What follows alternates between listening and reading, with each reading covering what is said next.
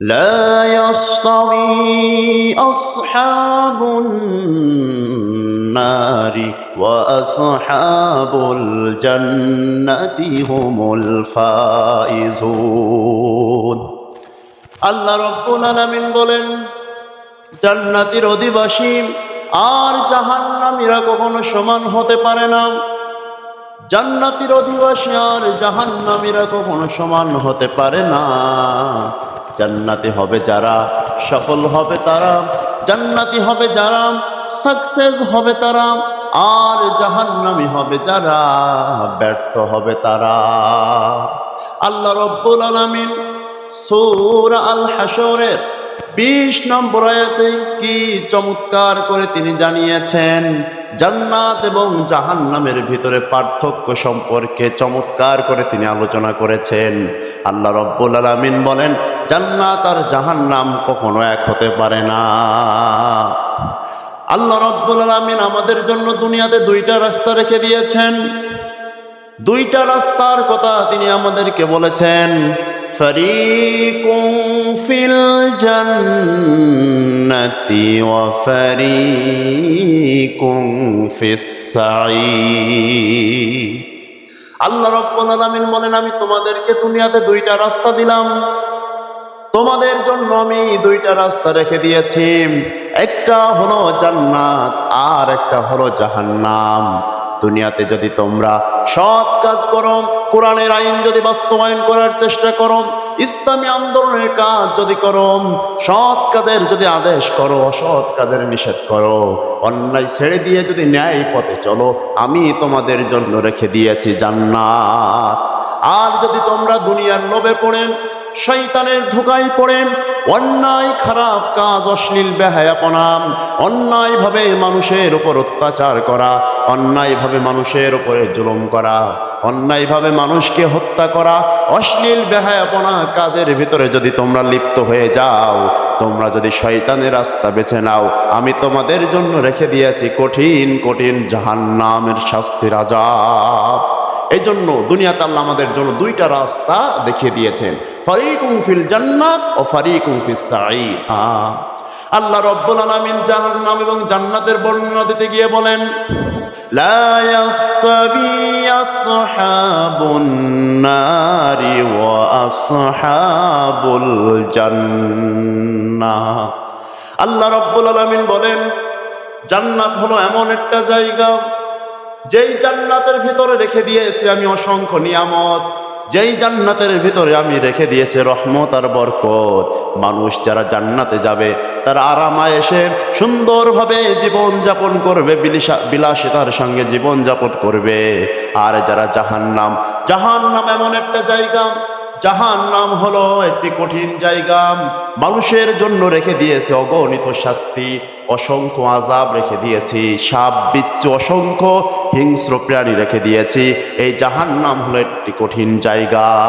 তাহলে জান্নাত আর জাহান্নাম কখনো সমান হতে পারে না। জান্নাত হলো শান্তির জায়গা আর জাহান্নাম হলো কষ্টের জায়গা। আল্লাহ রাব্বুল আলামিন বলেন, সফলতা কারা অর্জন করলো? সফলতা ওই ব্যক্তি অর্জন করলো, আল্লাহ রাব্বুল আলামিন বলেন, আসহাবুল জান্নাতি হুমুল ফাইজুন। ওই ব্যক্তি সফল অর্জন করলো। শীর্ষের সর্বশেষ যেই ব্যক্তি দুনিয়াতে কষ্ট করলো কিন্তু আখিরাতে গিয়ে কঠিন কিয়ামতের দিন আল্লাহর সুপারিশ পেয়ে জান্নাত চলে গেল, ওই ব্যক্তি সর্বোচ্চ সফলতার শীর্ষে উঠে গেল।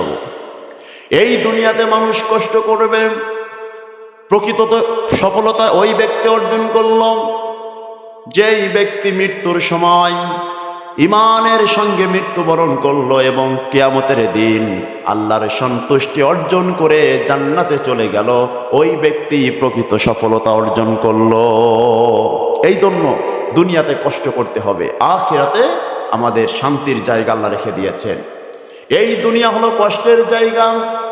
এই দুনিয়াতে যদি আমরা কষ্ট করতে পারি, ঈমানের পথে যদি অটল থাকতে পারি, ইসলামের পথে যদি আমরা অটল থাকতে পারি, এই দুনিয়াতে যদি ইসলামী আন্দোলনের কাজ করতে পারি, ইসলামী আন্দোলনের কাজ করতে গেলে অনেক বাধা আসবে, ইসলামী আন্দোলনের কাজ করতে গেলে অনেক ষড়যন্ত্র আসবে। এই সমস্ত ষড়যন্ত্রের শিকার হয়ে ধৈর্য ধারণ করে যদি আল্লাহর প্রতি আমরা ঈমান এনে অটল বিশ্বাস যদি ঈমানের পথে অবিচল থাকতে পারি, আল্লাহ রব্বুল আলামিন আমাদের জন্য রেখে দিয়েছেন কঠিন জাহান্নাম থেকে জান্নাতের জন্য সুন্দর জায়গা। এই জন্য জাহান্নাম হলো কষ্টের জায়গা, আর জাহান্নাম থেকে সুন্দর আমাদের জন্য রেখে দিয়েছে জান্নাত। এই জন্য দুনিয়াতে কষ্ট করতে হবে, জাহান্নাম নামক কষ্টের জায়গা থেকে আমাদের হেফাজত করার জন্য দুনিয়াতে সমস্ত অন্যায় অপরাধ অশ্লীল বেহায়াপনা সব গুনার কাজ ছেড়ে দিয়ে আমাদের জান্নাতের জন্য তৈরি হতে হবে। ঈমানের পথ হলো অনেক কঠিন পথ, এই পথে ফুল বিছানো নয়, এই পথ হলো কাঁটায় ভরা। ঈমানের পথে শত বাধা আসবেন, এই কাঁটায় ভরা রাস্তায় যদি আমি আপনি পার হতে পারি, আল্লাহর প্রতি ঈমান এনে অটল বিশ্বাস থেকে যদি মৃত্যুবরণ করতে পারি, আমাদের জন্য রাস্তা জান্নাত। ঈমানের পথ কাঁটায় ভরা, ফুল বিছানো নয়। ঈমানের পথ কাঁটায় ভরা, ফুল বিছানো নয়। এ পথে তাই বদর উহুদ বালাকট কারবালা পাড়ি দিতে হয়। এ পথে তাই বদর উহুদ বালাকট কারবালা পাড়ি দিতে হয়।